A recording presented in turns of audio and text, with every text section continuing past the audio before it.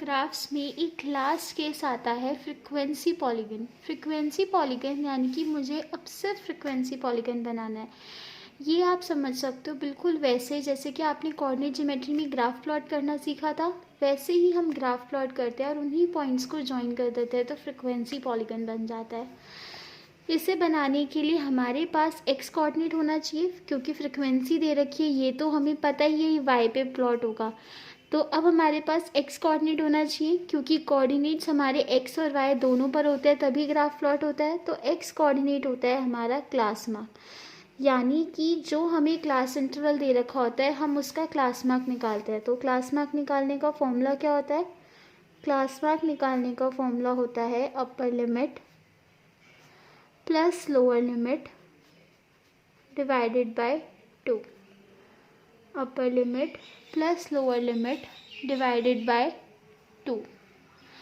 तो हम इस तरीके से निकालते हैं। मैंने आपको पहले भी बताया है क्लास मार्क आप पहले एक की निकाल लो, उसके बाद जितना डिफरेंस है सब में उतना उतना प्लस कर दो। तो इस तरीके से आप शॉर्ट पे निकाल सकते हो, जैसे कि 140 प्लस 150 इज इक्वल्स टू 290। 290 को 2 से डिवाइड करेंगे तो 145। अब एक हमारे सब में गैप कितना कितना है? सब में 10-10 का गैप है, तो सब में 10-10 प्लस करते जाओ। 145 प्लस 10 155, 155 प्लस 10 165, 165 प्लस 10 175। तो जो ये क्लास मार्क आती है इसे हम एक्स एक्सिस पे प्लॉट करते हैं, जो फ्रिक्वेंसी हमें दे रखी होती है क्वेश्चन में उसे वाई एक्सिस पे प्लॉट करते हैं। तो हम यहाँ पे इसे प्लॉट कर लेते हैं। प्लॉट करते वक्त एक चीज़, फ्रिक्वेंसी पॉलीगन जो होता है वो कभी ओपन नहीं रहता, क्लोज करते हैं। क्लोज कैसे करेंगे?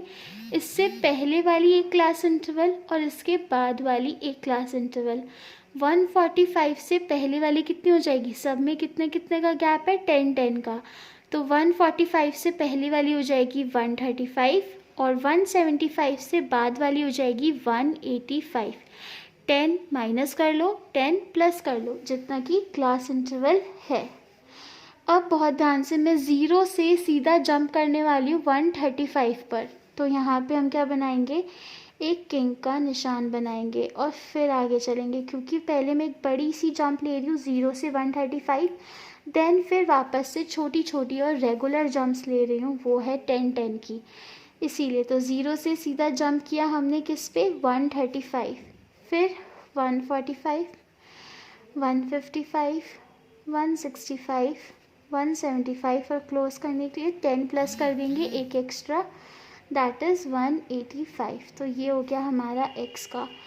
और यहाँ पे 5 का, क्योंकि यहाँ पे हमारी क्लास इंटरवल इस तरीके से है, तो 5, 10, 15, 20 ये हो गई y एक्सिस। प्लॉट करते हैं। पहला है 145 फिर 5, तो x पे 145 5, तो जैसे कोऑर्डिनेट प्लॉट करते थे x एक्सिस पे 145 है और y का है 5, तो ऐसे प्लॉट करना है।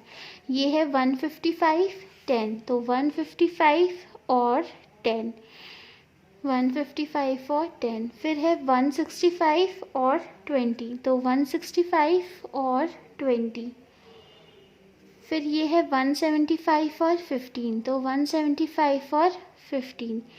ये आ गया हमारा ग्राफ। अब ग्राफ को हम क्लोज कर देते हैं उससे पहले वाली क्लास मार्क पर और उसके बाद वाली क्लास मार्क को लेकर। तो ये 135 से जॉइन करते हुए यहाँ स्केल से जॉइन, फिर क्लोज करेंगे 185 पर, जो कि मेरी टेढ़ी हो गई लाइन, हाँ कुछ इस तरीके से। और इन सभी की हम नेमिंग कर देते हैं कि ये A पॉइंट है, ये B पॉइंट है, ये जो हमने पॉइंट्स प्लॉट करे हैं। तो इसके कोऑर्डिनेट्स हो गए कि A के हो गए 135 0, B के हो गए 145 5, C के हो गए 155 10, D के कोऑर्डिनेट्स हो गए 165 20, E के हो गए 175 15, F के हो गए 185 0। तो इस तरीके से हमारा ये फ्रिक्वेंसी पॉलीगन बनता है। आई होप आपको समझ में आया हो।